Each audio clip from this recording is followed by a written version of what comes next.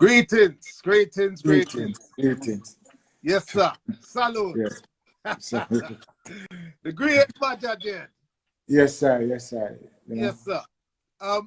So, of course, I have to thank you for choosing to donate this time of yours to spend with us to share some of this history of yours. A lot of people may not know, but I do, so that's why we have to salute you as an icon in the game. So it's very important for me to, have this talk with you this today. So thank you for coming and joining us here. Yeah, thank you. Well, I'm glad. I'm happy you invited me. Yes, sir. Yes, sir. So what I'm gonna do for the very first time, more time I would speak with certain artists and I'd stay away from the interview thing, but I think it's important for me to do this just this once. We're gonna do a conventional interview. Of course, we're gonna talk about the music, but I would like to know more about you as an artist and some of your journey, because there is no Bajja Jedd interview out there where I didn't get no reference point, and I think it's important for me to know exactly who it is that you are. All right? Yes. I hope you don't mind, because I don't mind. Yes, because one thing we know: are you a born Antiguan? Yes, I am. I'm a born Antigua and Barbuda. Yes. See that? So let's start right there, okay? Yes. So where does an Antiguan find themselves in the reggae dancehall world? First, well, 2 words: melting pot. yes. Melting pot. And after melting pot, you find diversity. Yes. Yes. Migration, and we migrated to New York City. And with there, it's a melting pot, and it's diverse. Yes. And we are entangled into all different sorts of music, all different kinds of music. Of course. And because we're West Indians, we gravitate to that popular music. You find Marcus Garvey as an icon that has an umbrella over all West Indians, even from those days, whereas the new UNIA. So that culture is defined in America for all West Indians. Yes. And I would, quarantine is a popular word today. Confined is another word that in New York City, we are quarantined amongst ourselves because we go there without knowing anybody. Yes. And we're confined to share with different people in the Caribbean: Grenadians, Yes. Bajans, Jamaicans, Monstratans, Trinidadians, Guyanese, Antiguans, Barbudans, and we all go to the same school, similar schools, and there's only a very few of us there at the time, so we do gravitate. And Bob Marley music is love. Yes. And him as another popular person from the Caribbean. Yes, of course, of course. He knowing that his definition of his music is love, we gravitate to that, and reggae, reggae dancehall. Yes, sir. So yeah, where I see Bajja Jedd entering the world of reggae dancehall is a time period what I call one of the biggest golden ages of reggae dancehall, and that's from the year of 1992. Was this the first time you were on 45 and all the rest of it? When did that start? Yes, around that time, Yes. Through high school, like I said, the diverse community of Caribbean people going to similar high schools. We had talent shows, and as immigrants in a different country, we gathered together in schools, as well as the Americans would have their parties, or the whites will have their parties. We Caribbean have our parties. Of course. So in school, in the park, like one of the famous hip hop acts, KRS-One Boogie Down Production, we used to do it out in the park. And that being a popular song, we found that as a culture, as a direction, and you find songs start stringing up in the park, and like come back to the melting pot. People look to me, because I started out rapping to an extent, being that, that was the thing in America. Yes. Other than that, from Antigua, you have Benna music, Calypso music, original Burning Flames, King Absinthe, King Sarge Shirt, and Swallow, and even Arrow just over 15 minutes away. Yes. All of that, being tangled within me, and going to America, adapting to the America like a Yankee boy. Yes, indeed. Getting to with that same melting pot and diversity in schools, because I started young during high school. Yes. And my first song on record was I was 19 years old. The song called Bottle Bubbler, Champion Bubbler. And from then on, it really captivated a lot of people. Started rising up. Yes, indeed. By the way, you say like schooling in the park. Were you around at that time? Around some of the artists? Yeah. The New York crew at that time. So you have obviously Red Fox, Shaggy them. Yeah. But even before them, right? They had Burro Banton. Burro Banton lived about 5 minutes away from where I live. Yes. And him now, he was a non-stop talker. Of course. Yeah. And he doing that with DJ and sounds, because him leaving Jamaica, coming to America, one time he said, because we were on a sound DJ, and he came up there and said, well, come me like nothing now, go on about the place, and you young youth, me have a DJ with young youth to keep my vibes, keep me, keep the spirit going, so we pass him the mic, I'm a Burro Banton, and then we start DJ, and he started doing some inspiration, and then give us some advice on how to construct our lyrics, as to how to put our format our lyrics. Other than that, Mad Cabra was a good friend of mine when he first came to America.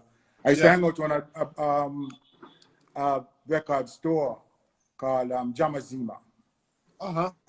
They're the ones, they started bringing reggae acts to America. Yes. To New York, actually to the Bronx. Yes. And Spec Shang Management. I lived right across the street from them.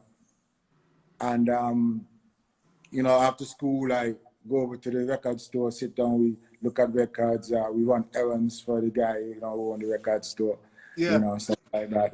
And through them now, I got put on my first show as not having any records out there. You have artists like Patra, Sasha.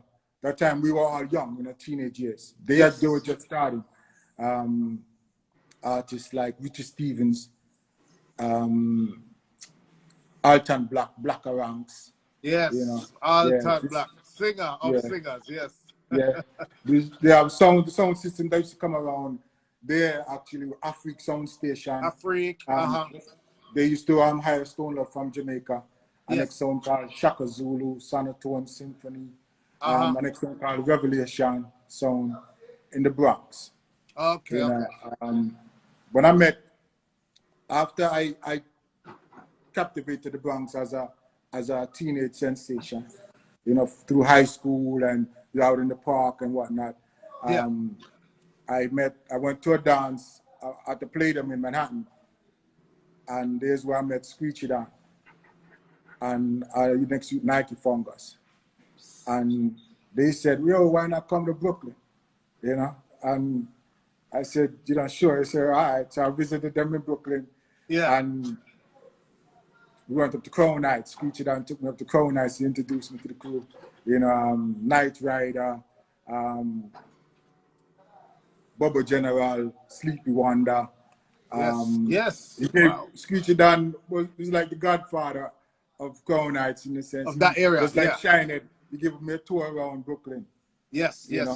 And everybody got to know me, and it was like, yo, that you talk wicked, yo. Where you come from? Where Jamaica I come from? I say, yo, I come from Jamaica. And one of them tell me I'm a lie. because they say you sound too good for the come from Jamaica. You know? Yeah. So they like think they try hide, you know. Anyway, Wow. I said no. Basically, I New York my girl.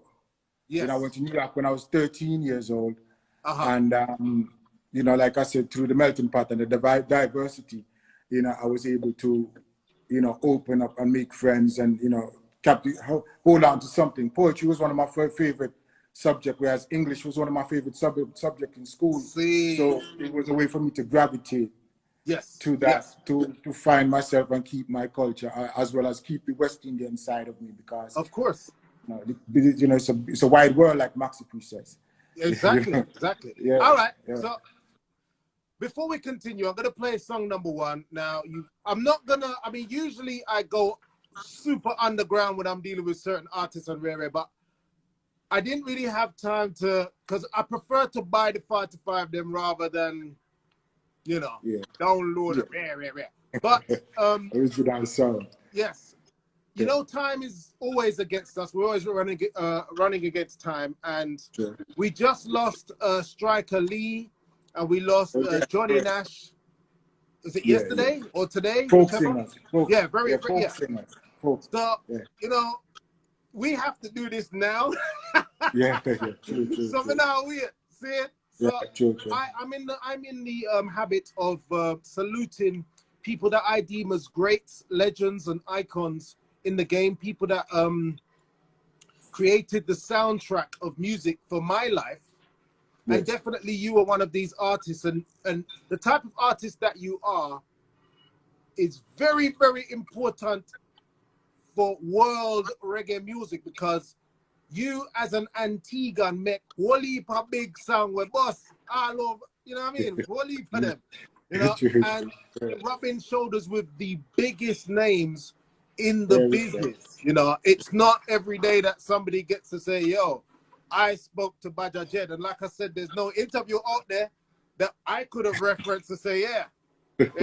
So I'm gonna play the first one, and of course, iconic rhythm, iconic tune, and it was a time period, like I said, 1992, in my opinion, might have been the very best era of reggae dancehall ever, right?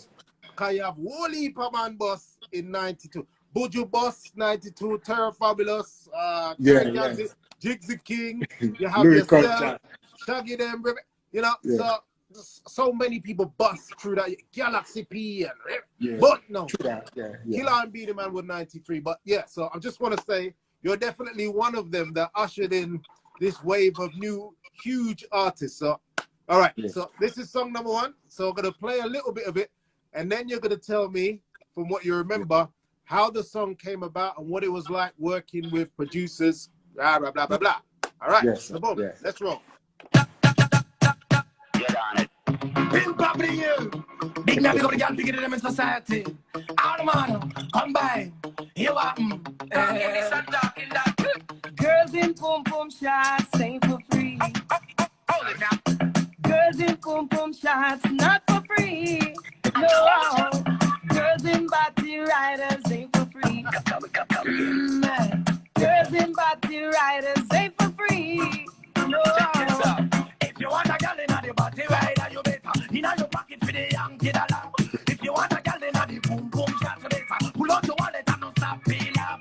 Pin for the ear and me run right now. You put the girl body fit just like a mango, pull like cucumber, tough like the torch between them legs, slippery like the okra. All hands have just one and no more. If you not no money, girl you walk and go sell ganja. Have some belly come and you make some money. Cause I know they are sound. If you want a girl in the party rider, you man.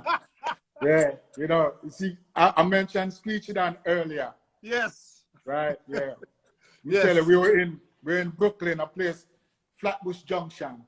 Right? Yes. I left Bronx and go down there to meet him and sitting there, and it's like we didn't have nothing to do really.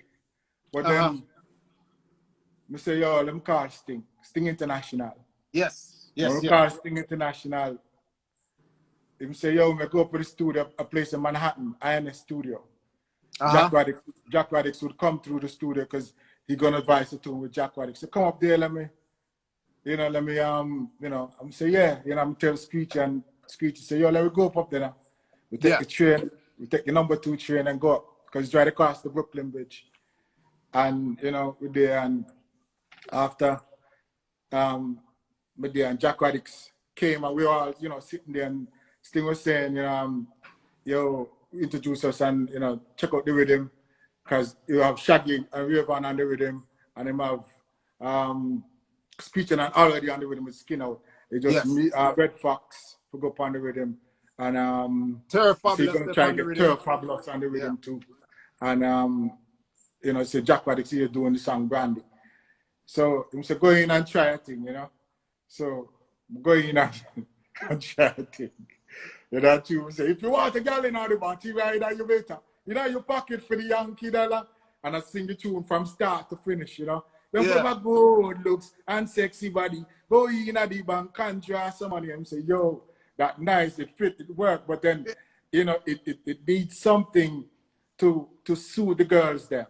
Yes. You know, it needs something to really, you know, and that time, like I said, me and Screechie Dan, you know, well, and say, yo, Screechie going and, you know, as to what I'm saying, and Screechie going and off the back. Girls in pum pum shots, ain't for free, you know, and just right, just as we said, just it got you, we never have no problem, man, and it's like, you know, just one take right through, you know. Well, Sting International orchestrated that, you know, Screechie Dan full of talent, you know, there's no question about it, you know, and me as a young, I was about 19, as a young, hungry, you know, aggressive where music is concerned, and you know, going and say, yo, man, have to do it because you know what, I went to start college, right?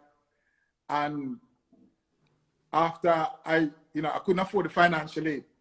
So when I got back home now to the record store, the one at the record store sit and said, yo, how come you're not there school?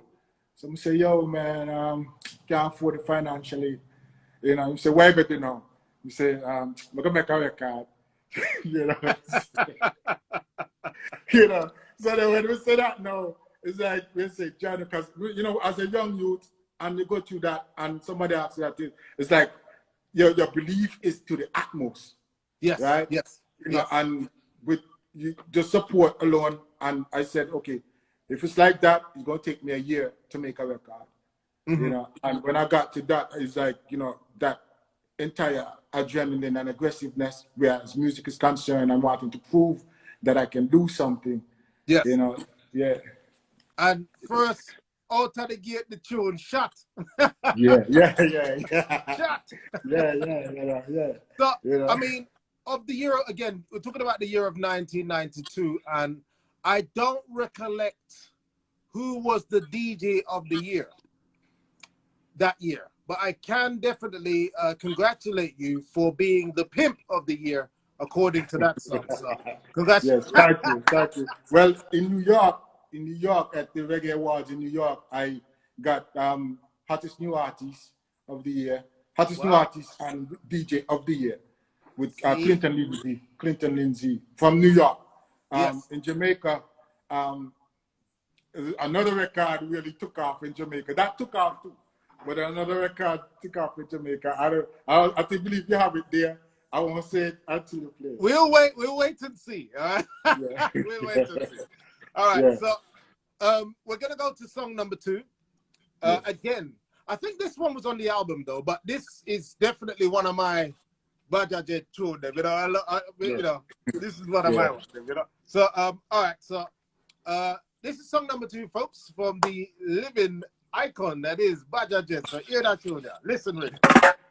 Hold the morning. What's the guy with that fat glamour? Come over here and give me a quickie. Fat town.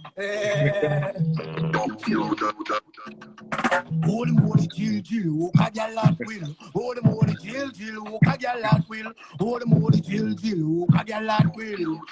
Man, she pan bird control pill. When on me a walkie, she good live it still. Now walk calm, now walk bill. Everybody depend the girl them call till she murder time in a bed. And she kill bill. She both big right him will. She can't taste Bajja, he will price and feel. drill. Make it spin like a big tin like windmill. Give a back shot up, better up the hill. Up on the salsa, up on windowsill. Get up on the run, she afraid she get killed. She born for your mama, born for your papa. Stop, I love you. Hear the young girl holla. Rama, rama, jama, jama. She ball out murder, but no, we now stop. We up in and yo, hold the more kill, kill. Who can get last win? Yeah, man. Yeah. Bad. Yeah. You know. So yes, sir. Right? Yes. Creativity, you know, like you is a 90s iconic music collector of music. Yes, definitely. Right? Yes, I am. You have not only a wide imagination, but then you're like like you said, an author in a sense, I would think. From being from them times, complementing them times. Yes. I would think, because those days, lyrics had more of a story. You could actually visualize and see it. Yes. So I would think, you know, we visualize a lot more then. Yes. You know, as our imagination or just our experiences were a lot. You know, things are tighter today. You say the youths of today are in the heavy manners. You know, musical youths. The youths of today live and worship this. So the imagination is not as vivid as it was for us back then, because all we had was music and creativity, you know? Correct. We used to look in a catalog and dream about owning certain things or clothes or whatever. Yeah. We didn't have that. We used to dream about it. Yeah, that's definite. You know, in saying all that, this song here, yes, you know, my mind was like out there, like, you know, because and Sting International, on the other hand, he, you know, if you notice the effects in the song and to how the rhythm is that's a 2-year-old rhythm, you know, and that creativity. Yeah, you know, he flipped it. Yeah, and with the lyrics, because then when he heard me start DJing, he was like, yo, you know, and he said, I got something, you know, and I think, like, being a poet, right? Yes. Or just being within that area, you know, if you do understand Shakespeare, you know, so how Shakespeare come in a dancer, you know, understand a man like professionals, understand a man like General Cheese, even Major Worries. You know? Major Worries was the best for me. Yeah, you know. That's my DJ from all of them there. Major Worries was the one for me, Yeah, them a man inspire me, you know, even Shabba Ranks also. Yeah. You know, but Major Worries, you know, Stitchy Papa San, yes. You know. Yes. You know, and I tell you. Wow. You know, that's what inspired me to do that song there. You know, like the type of style, you know, how it flow with the rhythm, you know, plus the lyrical content of it. Yes. You know, right? Yes. Yeah. And the thing about what I've noticed about the songs in your catalog is that you can listen to them now and they don't sound aged. Them not stale, they're just fresh, you know? yeah, you know, let me tell you. It's not easy to do that, you know? No, you know, consider you know, leaders of the new school back then in the 90s, right? You know, big up Busta Rhymes, right? Yes. You know, I haven't seen him in a long time, but then from them times, you know, you could understand, you could listen to Busta Rhymes or even just see Busta Rhymes and see a full stage show. You know, to that extent, you keep you in check. You know, with that, where Sting International is concerned, you know, not that I followed Busta Rhymes, but we all grew up in New York around the same time. Yes. You know, groups like De La Soul, Tribe Called Quest, yes, Brand Nubian, Sadat X, and you know, Gram Group, of course. You know, like we had that type of, you know, that thing. If you listen to them, you can actually see. You can even play them songs today and see, like, you know, we try to be original. Yes, know? Of course, of course. In one case, one thing I try to hold on to the fact that being from Antigua, better music, soca, calypso, understanding reggae music, you know, Peter Tosh, Bonnie Wheeler, Bob Marley, Yes. you know, as well as understanding even music coming from England, you know, them times, George Michael, Boy George, Yeah, you know, Cindy Lauper, to that extent of we try to captivate and hold our melodies, you know. Yes, of course. And at the same time, you know, talk something meaningful to a full extent, you know, because and still try to hold our black culture. Definitely. Totally, you know, and that, you know, I would say it was a drive and something to prove. Whereas, hey, man, I gotta make it, man, you know, and I just don't want to be one of the other ones because, you know, they would say my voice is heavy, you know, and you know, I may sound like this, but I sound like that, but see, it's something that is me naturally. Yeah. You know, we can see, we can hear you now. Beg nobody. You sound like you. People can say you're similar sounding to certain people, but you don't try and sound like whoever. You are Bajja Jedd, you know. True and that. that's the uniqueness of it, and you know, that's what I love. So again, respect. All right, so we're still keeping it in the same era. Yes. Again, we're talking the golden age. So one of the biggest rhythms of the whole 92 era, produced by Steely and Clevie originally.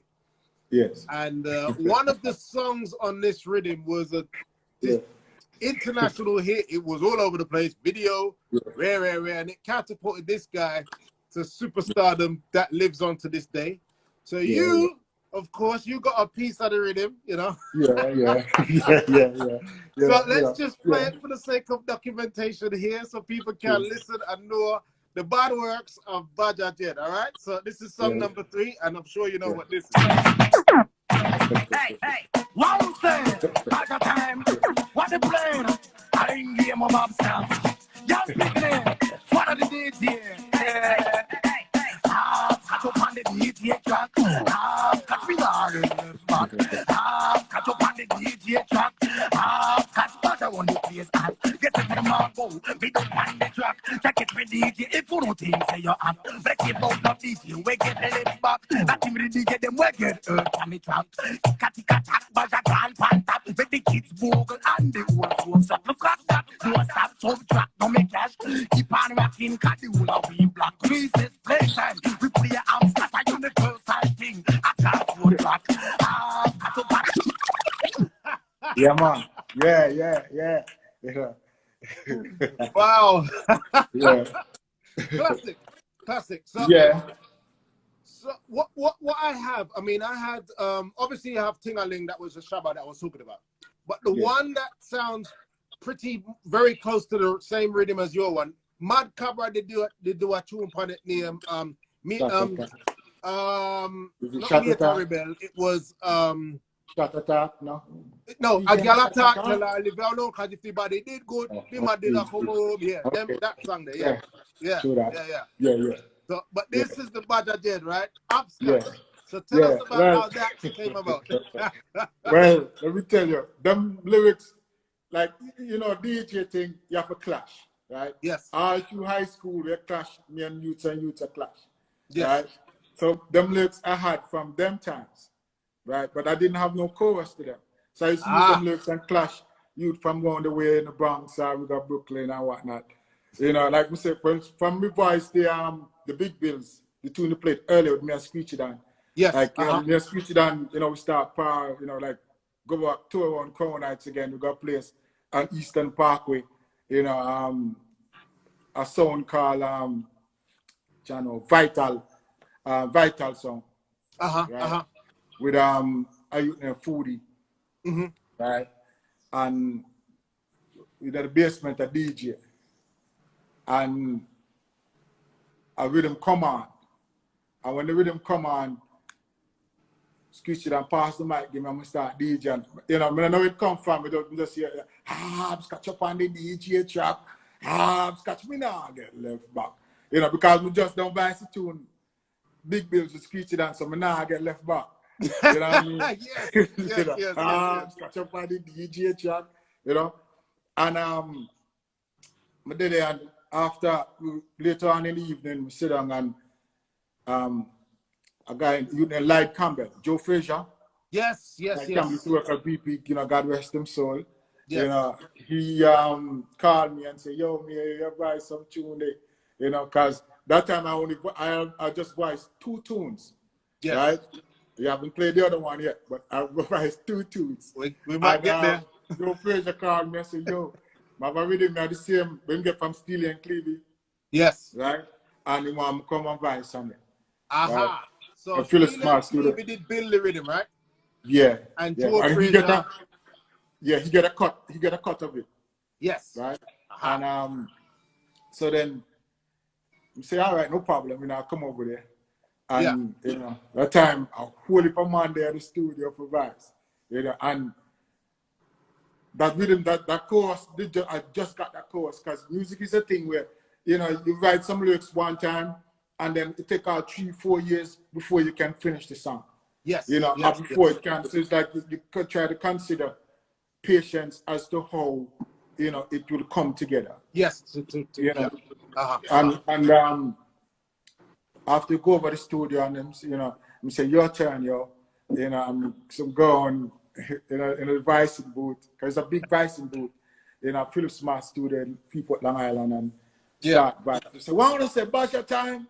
What we playing a ring game of hopscotch. Y'all picking it, follow the DJ. And from then and the rhythm drop. Yes. You know, I'm straight one.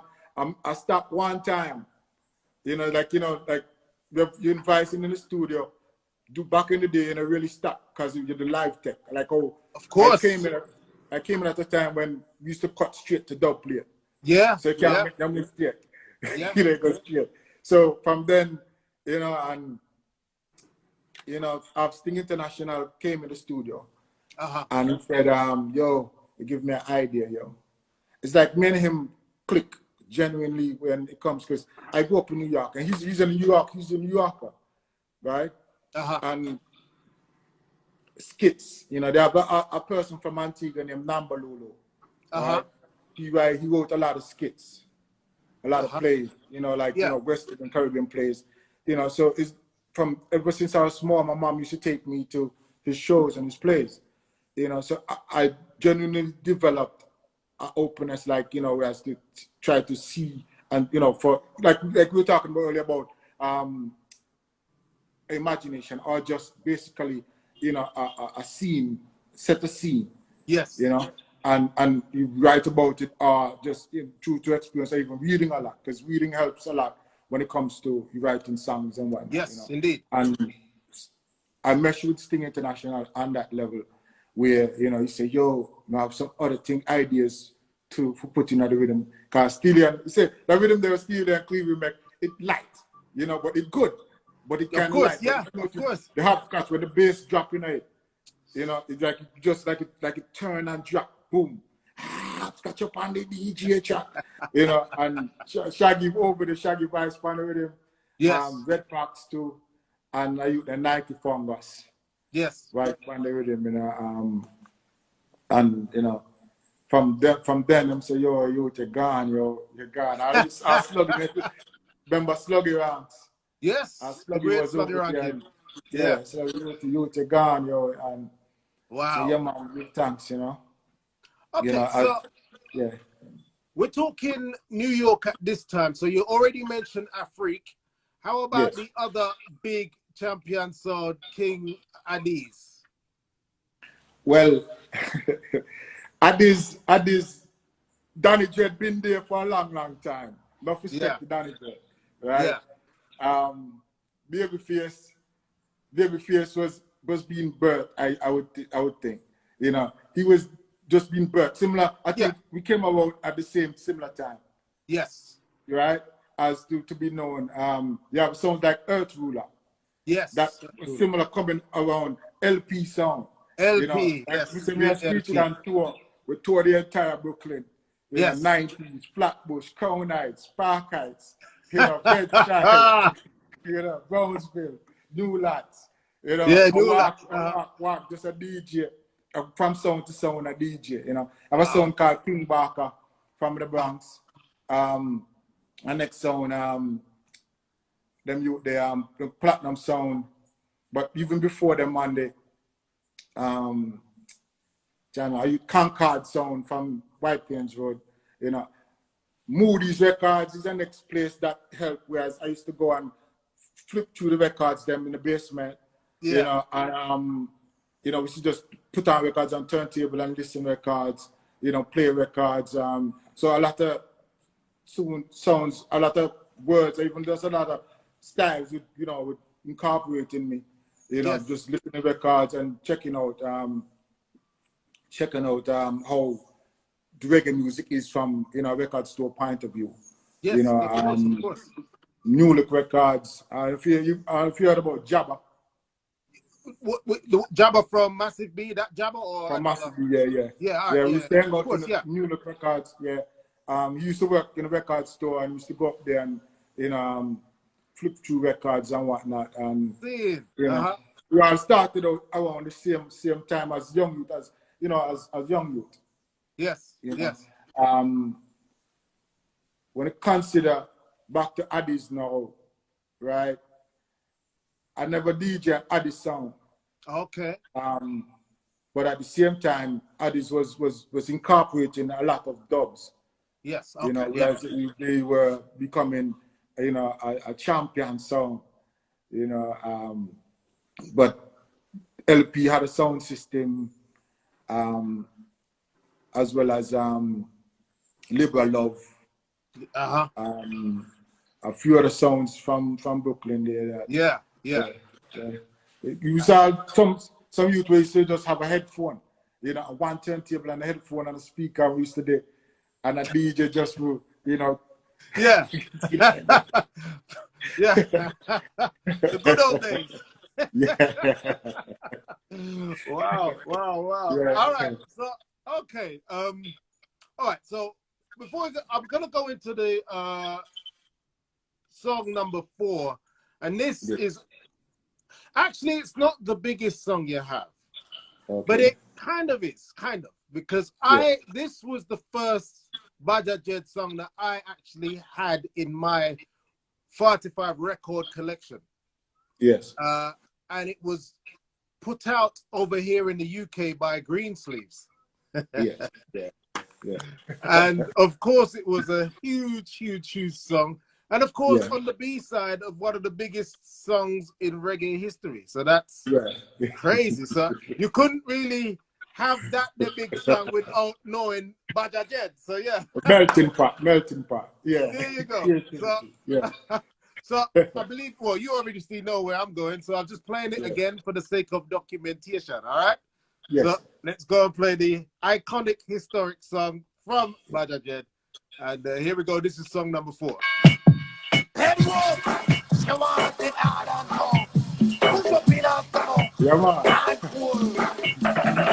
Sex sensation, that's what she get. Underneath, on the box, so baby, do not fit. Bedroom, sex sensation, that she get. Underneath, on the box, so baby, do not fit.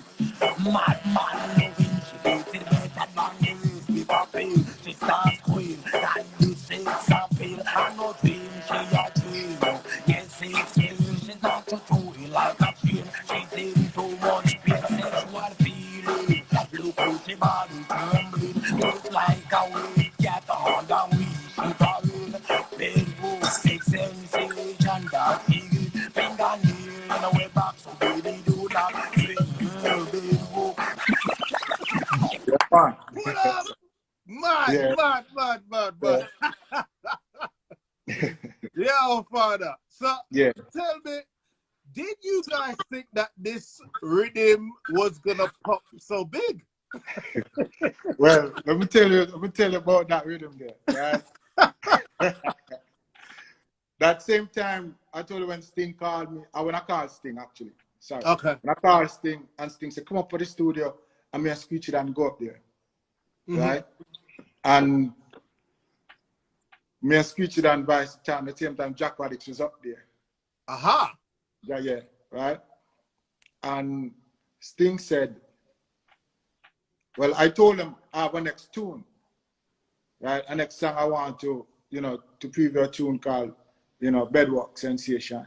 Yes. And he said, give me a piece right now. So then, give me, so I started DJing it, right? Bedrock Sensation that she get fingernail and my back, a baby do not fit, And he said, yo, come on my house, right? Later, after we come on my house.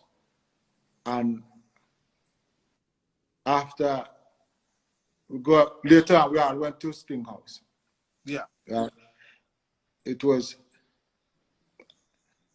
Shaggy did come up for the studio too. Yeah. At that time, Shaggy did come up for the studio too. But we all went to Sting House. Yeah. So when we there now, Sting say, yo, remember the tune he was DJing for me? DJ Pandis, and he pick up a rhythm and put it on. And like let's say like ska, but it wasn't from that avenue. It was from like a California avenue, right? Like you just say Beach Boys type. Yes, yes. And exactly that. Yeah. After we start DJing it, and you say, yo, just relax. So you say Barry White, Lou Ross, right? That's right. Well, so yeah. we start like be more relax more, because my voice is deep and Yeah. And start with flow, bedrock, sex sensation. That's what we did. Fingernail, my back, right? And I'm say, yo, I'm gonna go my sample this. I go up in the studio, and and the sample go up in the studio, and him call me, tell me, yo, we get that thing here, so come up and check it out. But even before that, right? Screechie Dan, when that tune came on, Screechie Dan was singing, "Oh Carolina," and then Shaggy start, "Your ass, bumbucker," right? And "Oh Carolina," and Shaggy, "Your ass, bumbucker," and then they made a decision to voice the tune, right? And wow, at that time, so when I went in the studio now, and I voiced my tune, then now, bed start to finish, but 2 times we start differently, and after it was just the sample and a basic drum track. Yes. And then to how the lyrics were and to what the lyrics was saying, like I said, Sting is incredible. So well, if he's here, he must have been on Mars.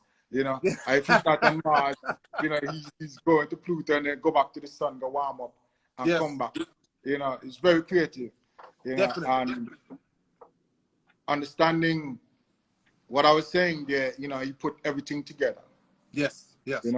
And then after he took it to Long Island, Phillip Smart studio, because he could do a lot more there, whereas H&F studio in Long Island. Yeah. And that's one of the places where most of them hit records, from Witty label, even records from Jamaica, they come up there and get a wider perspective of the music and then take it back to Jamaica. Was Tanya, that was Phillip Smart. That was Tanya level, yeah. So, hot this year. Yeah. So I know that a lot of Bobby Digital 7-inch 45 will get pressed on 12-inch Tanya out there in the States. Is that correct? Yeah. So Let me tell what was the link between Phillip Smart and Bobby Digital? I used named Howie Walker, right? As well as Howie was a friend of mine, right? God rest his soul. Howie was in the Navy, right? That's one way how I got over to Phillip Smart studio. Me and Howie were friends. My license was clean. I was in high school, right? And as a school youth, and we used to DJ upon Howie sound San Antonio, and used to open the record store, Moody's record store. Right? Yeah. Howie know Bobby from Jamaica. Yeah, of course. And when Bobby come up foreign, Bobby would stay by Howie. But Howie, he's a heavy. Howie was from the Navy, and the Navy men them drink a lot. And when the police pull them over, ticket, license get suspended. Yeah. So, he asked me to drive him to the studio. Yeah. That's before I did any song. Wow. Okay. All right. That's how. Whereas when Bobby come up, Bobby will link with Howie, Yes. And then how you call me and I go get the car, pick them up, drive them to Long Island, and then I'm in the studio. I run errands, go to buy coffee, buy donut, you know, wherever they want, sandwiches and stuff. That at that time, right? I was going to school. You know, my thing was college. My thing was college. You know, I wanted to be a journalist and advertising and marketing. Yes, of course. But at the same time, when I realized when I couldn't pay the financially, because I already started college. Yeah. You know, I couldn't pay the financially. I said, yo, man, like a DJ. You know, but you know, when Bobby, I used to be the store runner for them, you know, and hearing that also helped in my recognition, you know, because some of the rhythms them that Bobby brought up, they used to ask me to DJ on them to get a dancehall vibe or just to figure, like, you know, well, is it good for the dancehall? Can, you know, and that helped. It gave me inspiration. It gave me, like, made me feel like somebody still, you know. But at the same time, that wasn't my first preference. But, you know, well, my thing, like I said, my thing was cool, you know. So this is, I mean, as you're saying everything you're saying, not only, I mean, of course, you're painting a picture in my head and you're taking me, I'm seeing some of the things and I'm in the atmosphere and it's amazing. And it's like your story so far. I mean, it's all, so you're like get initiated by Burro Bantan. You know what I say? And then you'll walk with Red Foxx, them Shaggy, then Screechie Dan, Rayvon, Sting International, and all of these names. And of course, now you have one of the godfather of reggae music, period. Bobby Digital is now in the picture. And it's like, you know, we're just getting started because I know you're a man with an extensive history. And a story, exclusive story that has yet to be documented. And again, I'm so humbled and it is my pleasurable duty to facilitate this information. So thank you yet again, you know? You're welcome. You're welcome. Wow. See, with Bobby Digital, Bobby was a homeboy. When I say homeboy, I mean anywhere he go, he's just like he's at home. And I was as a teenager growing up, I was very quiet. I was similar to that in a way where it's, even though we're doing music still, we're not blowing it out of proportion. You know, I learned that. I learned that because music is life. You know, one of the greatest things is when you say, well, let's go cook a pot of food. Let's go mix some concrete. Let's go do something. You know, like some home chores. And then next thing you know, we're in the studio. I'm like, you know, making history, you know, and it just flow right into it. Man, you know, it just flow right into it. You know, I have a brother named David Kennedy. You know that he's an engineer. He engineered music for many artists, D'Angelo, not only D'Angelo, even Whitney Houston, many people, right? Dave, Jamaican, and he, on another hand, where humbleness is concerned, you know, it's like we're going to do music, but then we're off to something else. And because then you find the sounds, music is not just, you know, just saying, just take up an instrument, just go in the studio and advise, and then trying to, we don't waste time, we try to incorporate time and make time useful, you know. And, you know, if you get a fixed car, and then due to the sounds that we hear while fixing the car, next you go in the studio and you can make a beat. Of course. Timing, you know. The marker is everywhere. All right, then. So, what I'm going to do now, I'm going to call time. Welcome back, sir. Welcome back. It's good to be back. Yes, sir. So, I'm not going to take too much of your time, but I need to. Yes.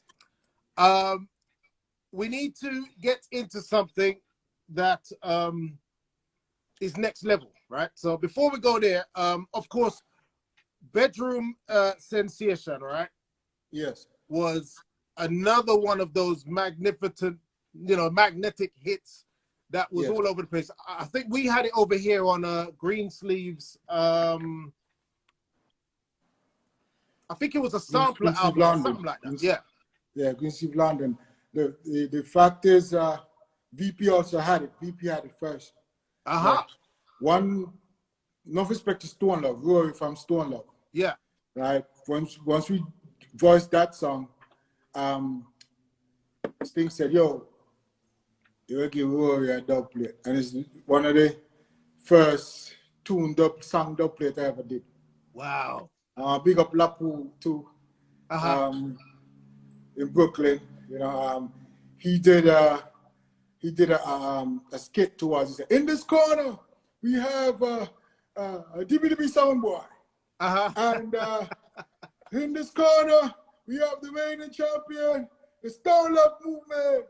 And then he had like the original bell for like a boxing match. Yes. He was trying to incorporate the Rumble in the Jungle. Yes, of course. Rumble in the Jungle. And that there, when Stone Love dropped that in Jamaica, Stone Love was the first song to drop the bedrock sensation in Jamaica. When he dropped it in Jamaica, man, call back and see a live gunshot car. I never hear nothing like that. Then they try to figure it. You know, because many people call in and say like, yo, where get that thing? That thing just like you just draw a line in a reggae dancehall music and say stop. You know, and then, you know what's going on. You know, yeah. And then they drop the Carolina, and then they say, okay, all right, we see where we're at, and because Carolina was a mega hit, the original Carolina was a mega hit in the UK. Yes, it was huge. Yeah, so when that's how we got it on the B side. We got Bedroom Sensation on the B side. Yes. Yeah. They what they did with that, they tried to make a you say like a pop hardcore type thing. Yes. You know, which for marketing strategy, you know, to say they're gonna, cause Carolina, the original Carolina was a mega hit. Yes. In the UK. They're gonna shock the Carolina, but Bedrock Sensation is fundamental. It's the fundamental song of the rhythm, and it will hold the foundation. But the Carolina is like the candles on the cake. Yeah. Yes. So another big song which followed shortly was That's What She Wants, right? And of course, I recall when I met the woman who I'm with now, I was thinking in my mind, do I meet the criteria of everything in the song when That's What She Wants to make sure that I am that guy? That you know, that considering when you go on tour, right? Yes. When you go on tour, it's like you become a therapist. Yes. Right? Because they would think that you meet every woman and they're single, but they're not. A lot of women out there, because when you go to do a show, women, it's like they're either their boyfriends, their husbands, or their fiancés say, hey, go out, baby, go out and have some fun. Or some of them be like, hey, I'm not letting you go to a Bajja Jedd concert by yourself. You know, you know, because we taking shirts off, we do all kind of stuff. What happens with these women is that they have a lot of stories to tell. Of course. You know, and the concern was at that time, if you notice in the 90s, there was a black awareness at one point. Yes, yes. And then we tried to consider our women in the things that they have to go through. You know, a lot of people told me that I was very vivid. You know, you were DJing. It looks like Holy Moly Bedroom Sensation and a few others. You know, at one time I did a show at the Jacobs Javits Center in New York City. Yeah. And they were like, "Hey, I wore an African suit." Mm-hmm. An African suit, and then I started giving out some cultural lyrics. You know, it's about time black people open them eyes and close them ears to the oppressor's lies. You know, I did a song with Gregory Isaac. Don't go there. Okay. But in that, is to say, I needed to answer questions that I was asked by women. Yes. You know, and being young, like in 1920. I knew but so much, you know, and in even reading, because I try to read a lot, to captivate my knowledge and, you know, to express a lot more. And then being black in the United States of America, going on, doing shows, I had to be very, very careful, you know, of what, you know, because there are a lot, around early 90s, a lot of black superstars were getting caught up in the media and some other things and whatnot, you know. So, yeah. Yeah, I definitely. try to get technical to what she wants, you know. Yes. You know, and from then on, yeah. All right. So, okay. So I'm gonna play a little clip of something. This is not one of the songs I really want to officially talk about, but I want to get a timeline for this song because I was a good friend of, well, a mutual friend of ours, Riot, Mr. 45 from in Trinidad, right? Yeah. Big up Trinidad. He was the one who said, "Do you have this though?" And I'm like, oh, no. So I want to know because this was a very, very popular rhythm in the UK in the 80s. And it's the exact same rhythm. So I was wondering when you devised this song. So I'm just going to play a little bit and just if you can give me a little so-and-so of when this was and everything about it, right? All right, so hold on. Warning, combustible base mode down, burn the big night there.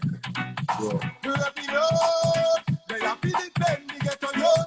Put on your war boots and reload. We have to stand up by the zone. Them can put it on yours.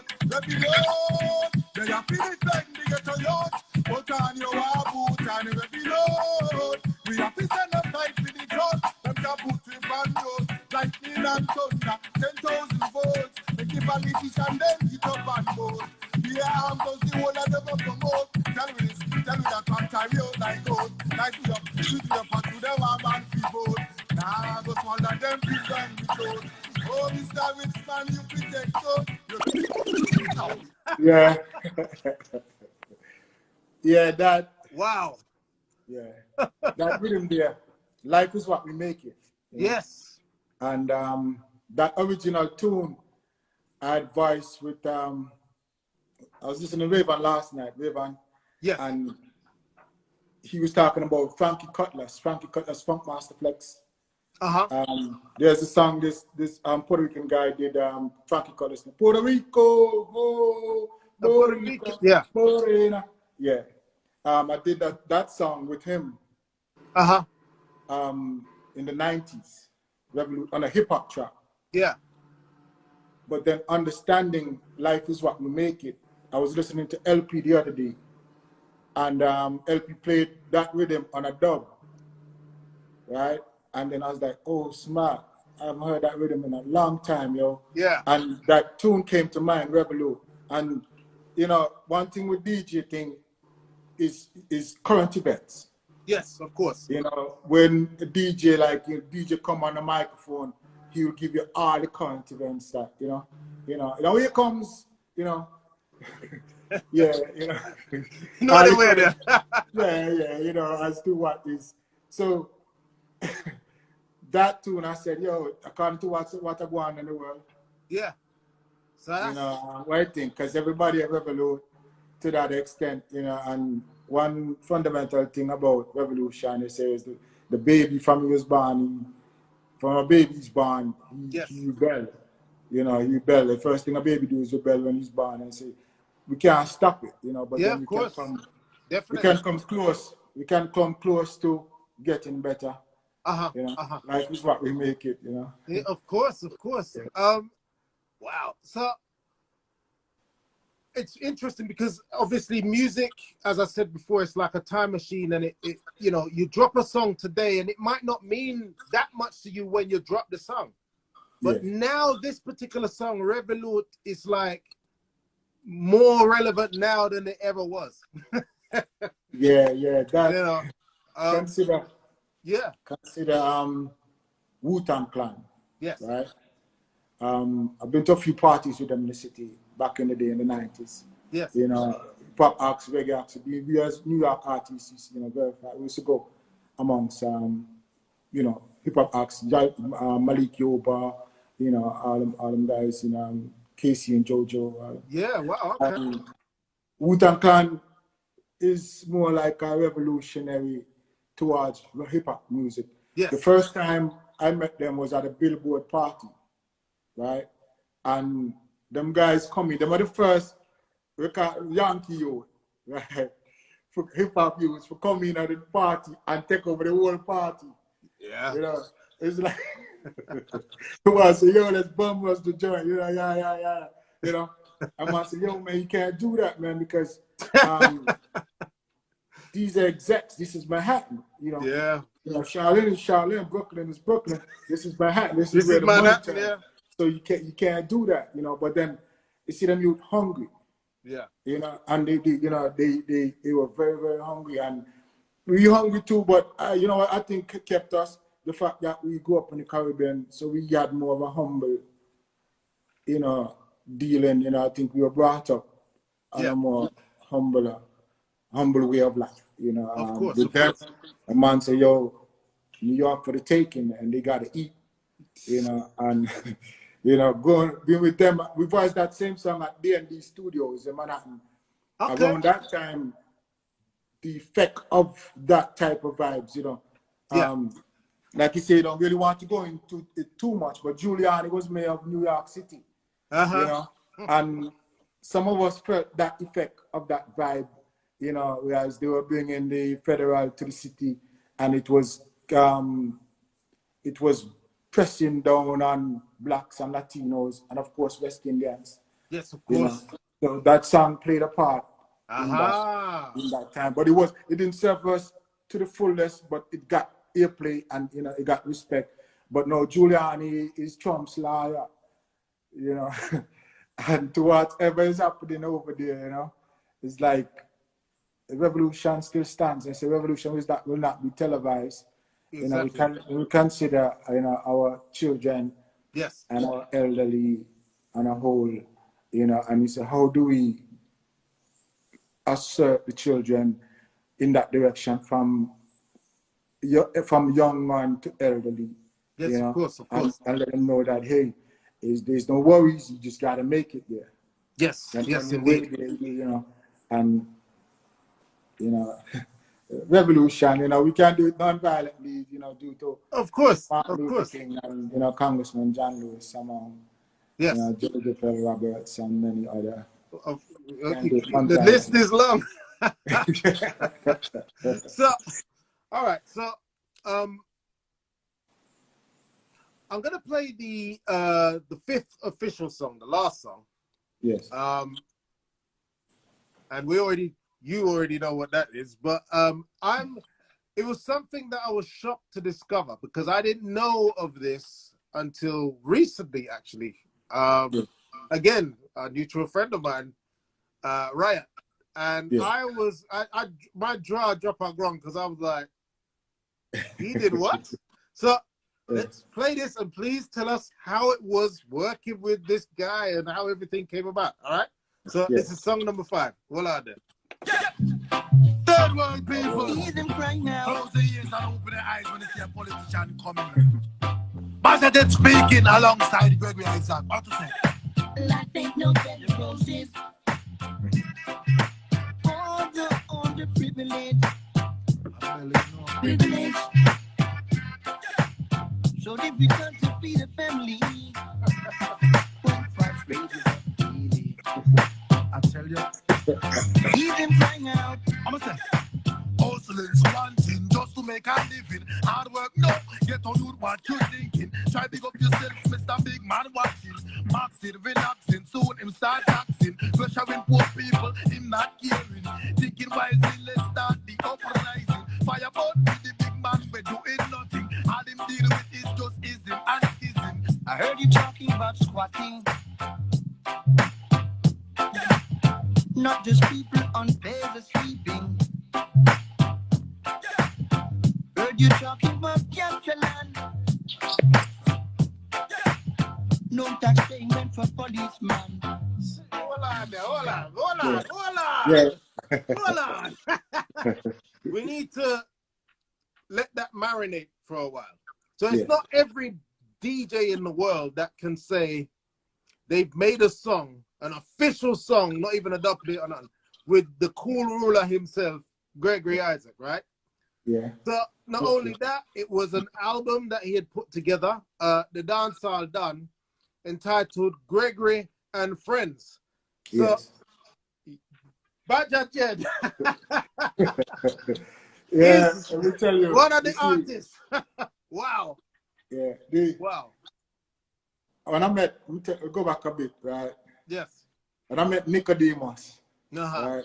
Junior Demus and Super Cat, Yes. you know, it's like them say, yo, you know, you're wicked, you know. It's like, yo, no respect, you know. Even our Shabbat, you know, to that full extent, you know. A lot of people saw me as a quiet youth in the studio, in the dance. Yes. You know, but when I get on stage, it's something else, you know. The fact of the intensity that took full control of the dancehall from my avenue, you know, with the Red Foxx, Shaggy, Rayvon, Screechie Dan, Nike Fungus, Mr. Easy, Yes. and Daddy Silver, True Sting International. The impact was great. The people will say, well, come, you're the blackest one. You know? Yes. But it reached Jamaica to a point where youths could identify. Yes. You know, Gregory, as to how Gregory grew, Gregory could have identified, you know. It's and deep. A lot of Half Pint. I did a song with Half Pint with David Levy at one point. I did a song with Juna Reid too. You know, the one with Half Pint didn't come out, the one with Juna Reid came out. Okay, you know, okay. On a Rockers Forever label called Loving Juvenile. And they can identify with the upbringing, you know. Yes. We humble and still we're out there trying to make a life, make something better for ourselves, you know. And I think that's what brought me across. You know, they have this producer called Mr. Do. Yes, Mr. At Do, that yeah. point in time, there were a lot of record companies in the US as well as Europe. But the US were pirating off of Europe because Europe been signing reggae artists from long time and in compilations with reggae artists, smaller labels and stuff. And Do with Gregory put the album together. And Do called me. One of the biggest thing too when Gregory told us that, and which I knew from a little boy, I couldn't go to the dance. We used to come to Antigua a lot. You know, Gregory was one of the most popular artists in Antigua at that time. You know, yeah, and that vibration, it sync. You know, once you know them call Gregory and say, "Yo, get Bajja," you know, and you know, sound good and whatnot. You know, normally, and you know, Gregory like play it for him and him hear it and love it. You know, and you know, I did a show with Gregory too in memory in Boston. I didn't have the record out. Wow. It was me, Mad Cabra, Ayuk named MC Trouble, and Gregory Isaac. You know, and he showed me how to captivate the women in the audience. You know, you know, whereas you had roses for them. Yes. The women were not reluctant to come on stage, you know, to dance with Gregory, you know, and to that extent, wow. You know, he had good words for them, you know, plus his songs them as well, you know. And that's where I first met him. Yes. That's where I first met him was in Boston earlier. And then after, you know, this song now, I think it was Priority Records. Yes, Priority. Yeah, that put out the album. Yes. And you know, it did well. I got a lot of good response from a lot of places, you know. Yes, it did. Wow. Yeah. So imagine, you're at this point you're getting tutelage from the cool ruler, of course, as you said, to finesse the ladies. And we're talking about a gentleman who's already won the 1992 Pimp of the Year. And you're still have a lot to learn, you know. Yeah. Let me tell you, right? They say pray, right? And you know Richard Pryor. Yes. Right. His father was a paper. His mom, they claim, was a. Yes. Okay. So then some people say prayer. You know, make sure you say your prayers. Yeah. You know? So I've been saying my prayers from a long time, you know. Of course. Yeah, to that extent, I guess that's what got me on to, you know, saying that because, you know, one thing I learned, like I was saying earlier, you know, how do you get across to women, knowing that they're the best things in this world, you know, other than the children they have, you know, other than men, you know, as humans, you know. Yeah. How you get across to them, you know, and you have some man bring roses and buy house and buy car. You know. But see, you see when it comes, see Shabba would say, you know, put on the car down. You know, Well, still with respect to my mother and my sisters and cousins. And, of course, the pillars of society. The pillars of society. Yeah, you know, with respect to them differently. Mm-hmm. You know, pimp of the year. Yeah. Yeah. Okay. All right. By the way, that album, another level. All right. The Bajja Jedd album, which is, I'm so glad you can still get it on iTunes. So everybody, if you're watching this on YouTube, do not walk, run to iTunes and go get this album. All right. So it's called Bajja. Nice and simple. So. Yeah. One thing I didn't get into, though, again, one of those classic interview type questions. The name, Bajja Jedd. How do we get there?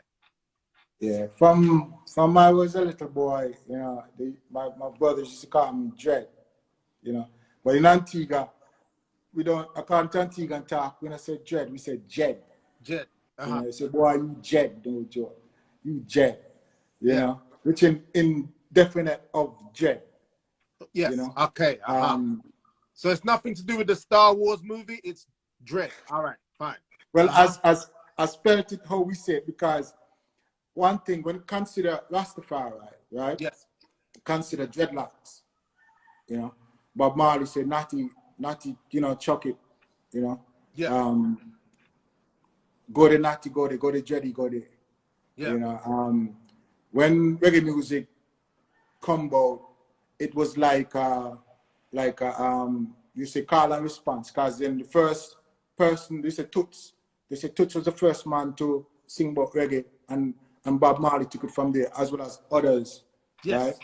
And they send it out to the world as, when they hear it in Trinidad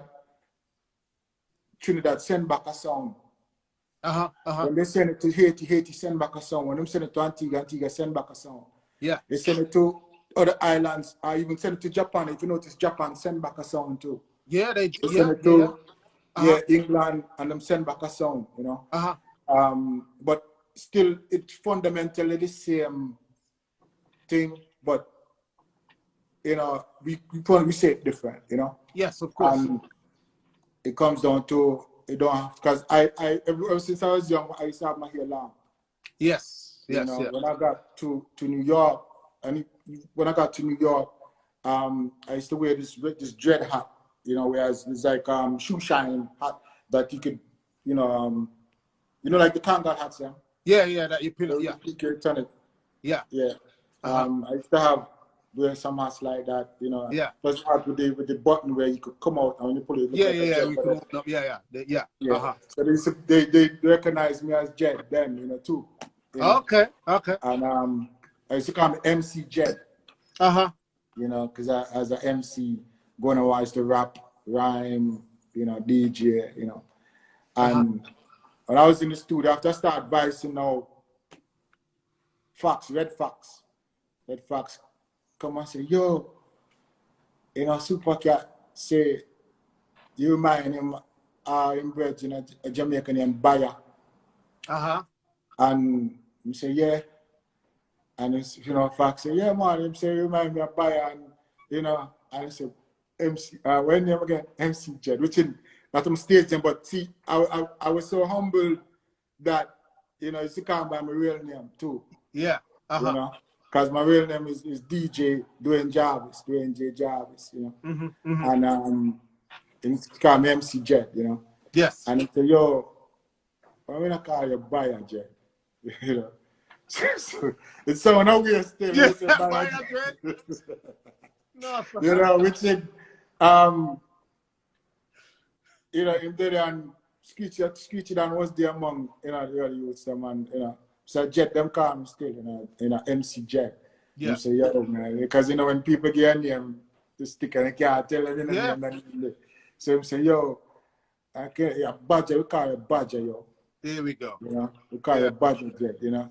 And Yeah. after the name Bajja Jedd come along, but from a little, you know, my brother, even when we got to New York, my brother, my older brother, he's like, yo, Jedd, everywhere we go, he's just Jedd. Jedd. You know, as a youth. People used to look at me and say, oh, you call him Jedd in the locks.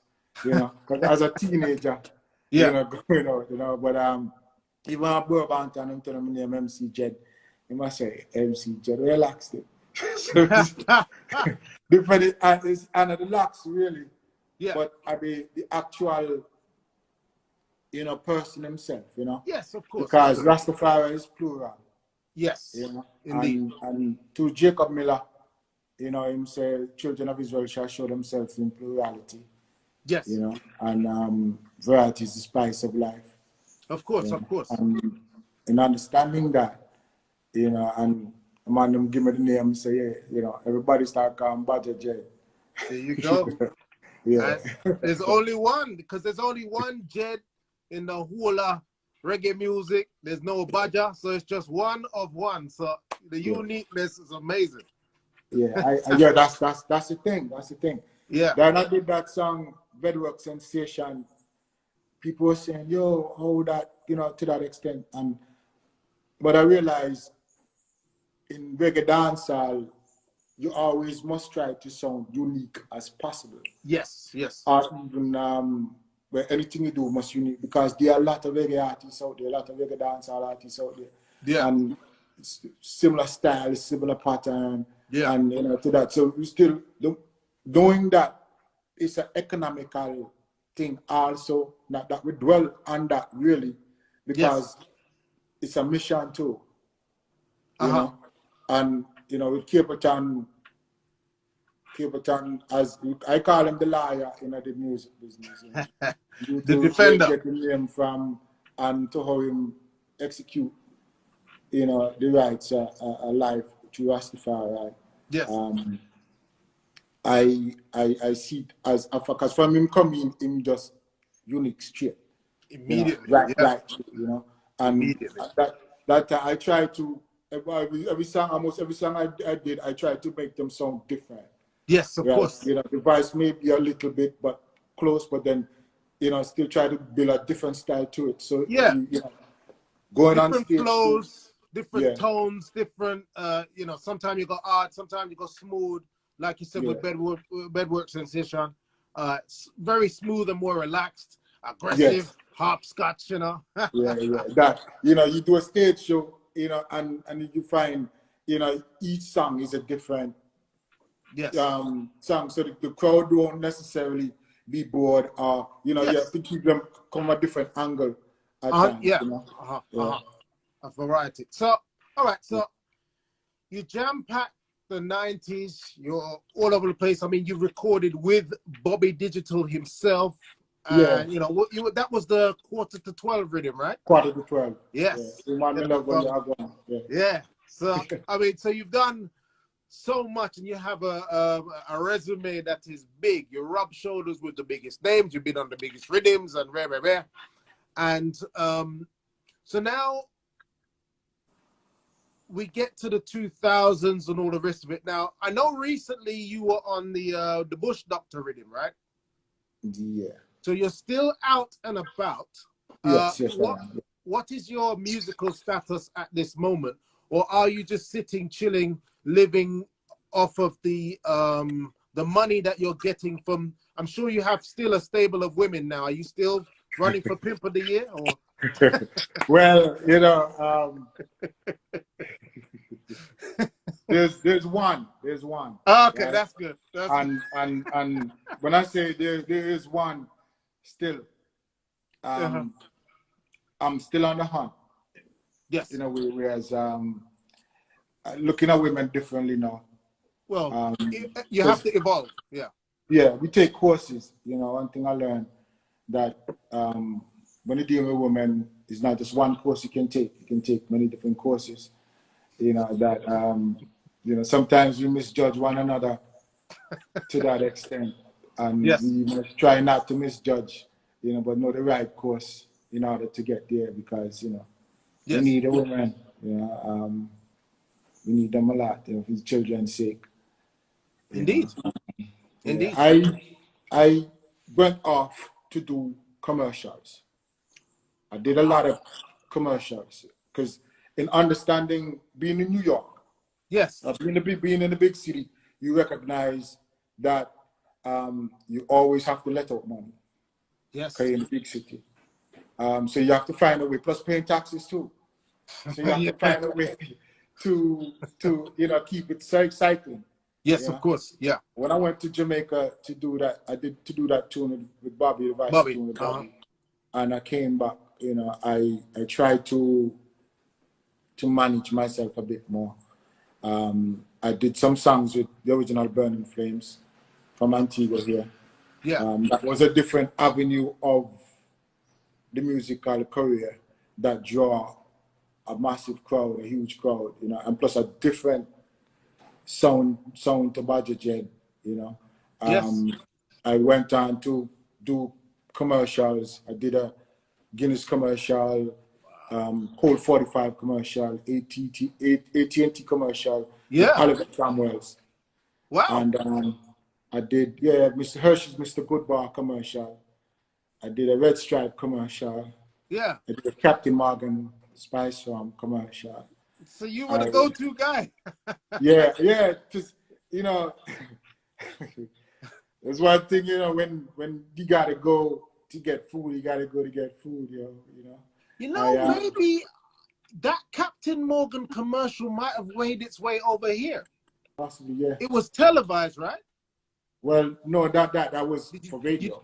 You did the voiceover. Maybe they televised it and had an improv person do the, Okay. you know, because they do that. Just like they come to Jamaica commercial, they have a guy do it, and then they'll have other people doing improvisation on it for the TV Yes. and stuff like that. Yeah. Those work that I did helped out financially. Oh, You know? And I do know about that. Yeah, Voice work is no joke, especially when you're dealing with commercials. That's serious money right there, sir. So you know, it allowed me to get into the Screen Actors Guild, the American Federation of Television and Radio Artists, you know, in going towards doing auditioning for movies to that extent, you know, hanging out with Lord Jamar, Brand Nubian, as well as you know, Erskine Isaac. Really, was my management, famous artist management in New York City. You know, and they brought me towards that. I worked with Salam Remy also. Ooh, that's a big fish in the US. Yes, big fish. Yeah, I worked. Yeah, and Massive B also. Well, yeah. Well, no. Massive B really gave me with the ganja smoking. Yes. You know, and another song I did for Relativity Records with Sweet Tea, Beat Again. Sweet Tea? Yeah, Beat Again. That tune really, that was one of the early tunes that really pushed the music to the Black Americans too. At that time, Buju Banton, Make My Day, as well as Burst Hammond type tunes, Red Fox, Them a Murderer, and you know, them tunes, even Screechie Dan and Red Fox tune Pose Off, you know. Yes. And them tunes, they were played, you know, throughout them areas, you know, of, say, Black America, you know, helping to break the barrier. Yes, of course, you know, for the music. And throughout the Caribbean too, BET was really getting to know West Indian people, you know, and that song was like a icon song for them, or more like an anthem for them, You know. Which one is this? This one is Ganja Smoking, right? No, Breathe Again. Oh, Breathe Again. Okay. Breathe Again. Yeah. Breathe Again with Sweetie. She's from Belly. Sweetie, yeah. Yeah, we did a video for that song in Miami. And that really catapulted, you know, really made a difference, you know, in the business. Somebody on the live, I can't remember exactly who it was, but somebody made reference to a time where you did an appearance on the Rosie Perez show. Yes, yeah. Yes. To Rosie Perez, she was doing a HBO Society's ride for hip hop acts as well as reggae artists, and they kept reggae dancehall as hip hop. And that time, that song was the biggest hitting tune in New York City. You know, Heavy D, you know, God rest his soul. He's another virgin that that really, you know, lend his support, you know. And yes. Being that he's from Uptown, Mount Vernon, money earning, you know. Heavy D really, you know, did a few shows together. Yeah, amazing. The good old days, huh? Heavy D put it up because Heavy D wanted to do his own label at Uptown, right? And he was looking for acts to sign, and you know, time Puffy was just getting off Uptown to do Bad Boy and whatnot. And you know, my management, Erskine, you work at the booking agents. Everybody was like, yo, Erskine, yada yada yada, you know. And he's like, yo, Bajja is the hardest thing, yo, you know. So put him on, you know. And the Bernie Mac, he was a bug out too. Really? Yeah. Them. How did that cross? Well, it goes to the same. The fact that the difference in the song, right? The difference in the song, because they were used to, you know, the one drop or the bass line as to, you know, as to how the original reggae really go. Yeah. But this song took them differently. You know, the girl I was dancing to, her name was Unique. And they never seen nothing like that. No girl going on their head top dancing. Because we've been doing that from the day. Consider Jamazima, whereas a friend of mine, an older dude, you know, he was like a role model in a sense, named Spoonie. You know, he used to keep some dance in the Bronx. You know, he's been like from the early days. He was the first one that paid me money to do a show. I didn't have no record out. Yeah. Wow. You come and say, yo, because you said I was the only one that mash up the dance, like I mash up, tear up the dance, like yeah. Took what Reggie told me about the women and deal with the women in case. Yeah. You know? And that's what mash up the dance, and you know, give me some money. And from then, just to say the impact of the style in dancehall, right? Whereas how some women dress come out, the hair, the clothes, you know, Spoonie had a lot to do with that. Jamazima still having to do with inspection management from early out, you know. From them times, you know. So with that, we brought that to the stage, you know, to the dancing and the, you know, the way the clothes were manufactured, and you know, to all of that. Wow. So, okay, so did ever Antigua, I mean, how were things for you in Antigua when you would go to and fro, you know? Yeah, it was lovely. It was like, you know, wanting to, because I left here at 13 years old. So coming back, I was coming back like a week or 2 weeks at a time, still wanting to grab on to my roots. You know? Yes, the culture. It was like still wanted to hold it, but then had to be in New York, or I had to be somewhere, you know, and I was on the move.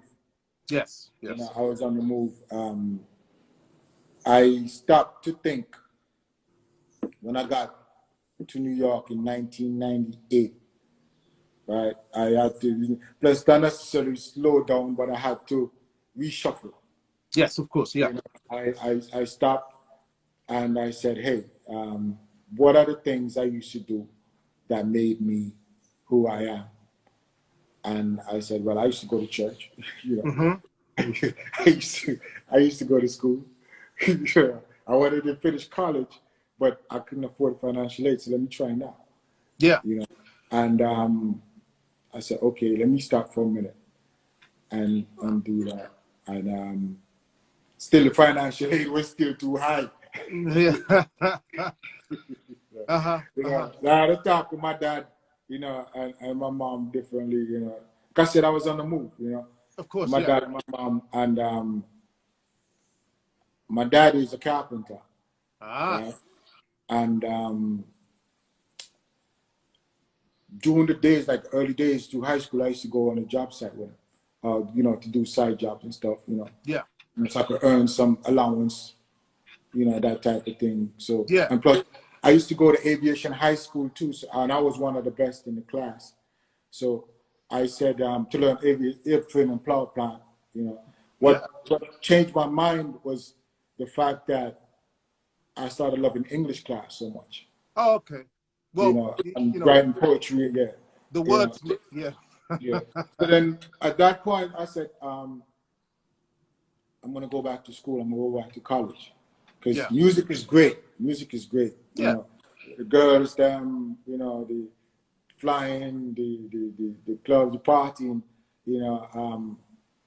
I met a guy, like I told you before, David Kennedy. He's an engineer. He's an engineer for many stars. Yeah, he said Whitney Houston and Marlon Wayans and all them people we hung out with, and stuff like that. And he, was showing me a grown perspective of the music, from a Rastafari perspective, deeply, because music is life. Yes, 100%. And I captivate that, but at the same time, I was young too, and when you're young and you try to hold on to everything, it may spill. So it's like you have to find room to put it, to put it out, give it out there, Yes. To that extent, and I said I went back to college. I took an exam, passed the exam. They, gave me a full scholarship, Hope Grant scholarship, and I completed 4 years of college. I actually became a plumber. Yes. Yeah, and I got licensed. I moved down to Georgia. Got licensed in the state of Georgia. Yeah. I didn't give up music. I said, let me, like I said, reshuffle. Yeah. I looked at it from a different point of view, and I joined the choir. You ever seen the 5 Heartbeats, that movie? That's one of my favorite movies. I was choir boy. Really? Yeah. Yes. So you were choir boy in the church, and then when you got on the road, you're, So yes, choir boy, I understand. Yeah. But at that time, I didn't push myself to do shows and stuff. Like I felt, I told myself, I told friends that I'm gonna fast a bit from it, because music, I'm telling you, is more than understanding Bob Marley, one of the greatest thing I ever hit in music. Music is more than just going up there, even for the girls and just playing and stuff like that. Music is life, It is life, yeah. There's a fundamental thing about it that consider people's lives, consider people's moods. Yes. People's everyday activity. You say, you come home and you bring flowers home, and you call your wife and say, baby, I'm gonna cook you dinner. I'm cooking some dinner, and you turn the music on, and that sets your whole scene. Yes, indeed. And either that or you have children out there and children playing, and you say, I gotta get these kids under control. Of course. So you turn the music on, and do something. You don't turn it on to hear the music and not hear them. You turn, so it's like, they say music soothes the savage beast. So we had already spoken about this already, but I'd just like to acknowledge right now, we have LP International, who you spoke about anyway, that used to vice and DJ with them and rare. So they're up in the room. So respect LP. Yeah, respect LP. Definitely. Part of the journey. Big up. Yeah. So I want to say this again. I always say this to a lot of the people that I'm fortunate to speak to on this modest and humble platform of mine, that we can lose all kind of money, but if you got it in you, you can gain it all back. Yeah. You can lose a woman or a love interest, rare, and if you've got it in you, again, you can get 5 and 6 if you had it in you. Of course, you're Pimp of the Year 1992, so you probably have 12. But time is one thing that is spent, that once it's spent, it's gone. You can never get it back. So I'm so appreciative that you've chosen to spend your time here with me, us on this platform, so that your history and information will live on for my kids, your kids, and the rest of the generation, and definitely giving me an opportunity to acknowledge you as an icon in our music, because a lot of people in our in the reggae culture, we do not appreciate the people that gave us all of these musical memories as much as I feel we should. So I'm just so happy that you've given me the opportunity to do this here and now with you, because I understand, because I haven't seen it, not too many people, you've not granted anybody this opportunity to do so in this way. So thank you.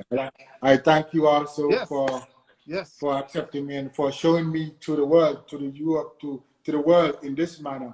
Yes, knowing indeed. that it's been a long time, and Shaggy come to me many times and like, yo, Bajja, people out there want to see Rayvon too, and say, yo, what you do with you,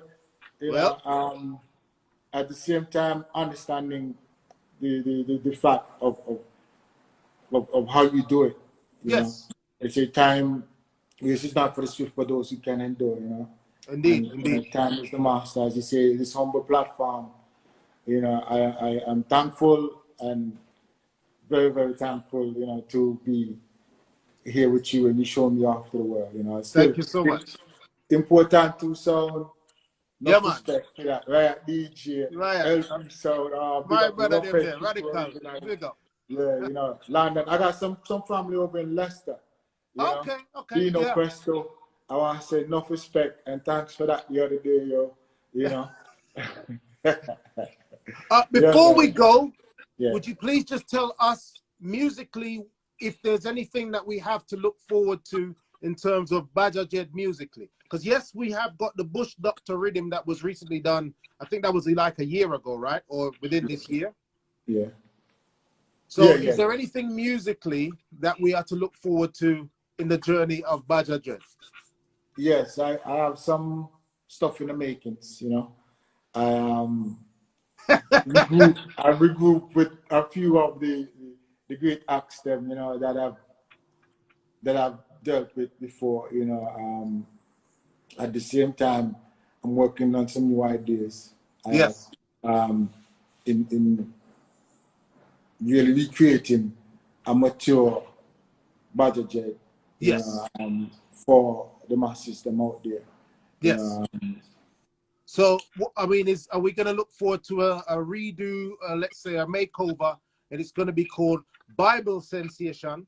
We're talking about... God is love, Yes, and with love comes everything, But yes, sir. Bedrock sensation is bedrock sensation, That's like, no matter how you turn it, if you turn the mattress over, if you vertically, anyhow, she gonna love it either way, We're gonna leave it to that. Yes, sir. I have some other stuff. One, respect to soul, right? I met Karen Soul to Soul. I met Karen Wheeler at one time with Salam Remy at one time in New York City. Their style is a unique fashion, I've been listening to them the other day, and still, I've been dabbling with our instrumental they have, I'm working on some other tracks there. Working on some other tracks in a unique fashion, because then it's Europe now consider it's like the home tea, cocoa tea, shabarangs, Aswad, Steve Pulse. So send enough respect to Steve Pulse, David, a lot of respect, enough respect, enough love. Yeah, man. Wow. All right, then, sir. Yeah. So the future is bright for us musically, because I mean, the signature you left in the game already through the 90s was just amazing. Like I said, you've been on the biggest rhythms, biggest producers, super producers, and all of that. So I'm just so glad that we can look forward to you gracing us with some new stuff as well, so we can, you know, love what we love from the past, but look forward to a Bajja Jedd for the future. So again, can't wait for that. And of course, I'll do my very best to try and echo whatever it is you're working with out there. And rare. So yeah, man. Yeah, definitely. Yeah. Yes. People for it at the same time, you know. Yes, sir. I thank you once more. Yes, sir. You know, and our European massive and crew, yeah. Boom. And All right, then, big man. Too. Yeah, yes, sir. Peace and love. Thank you so much for your time, sir. Yes, sir. Respect.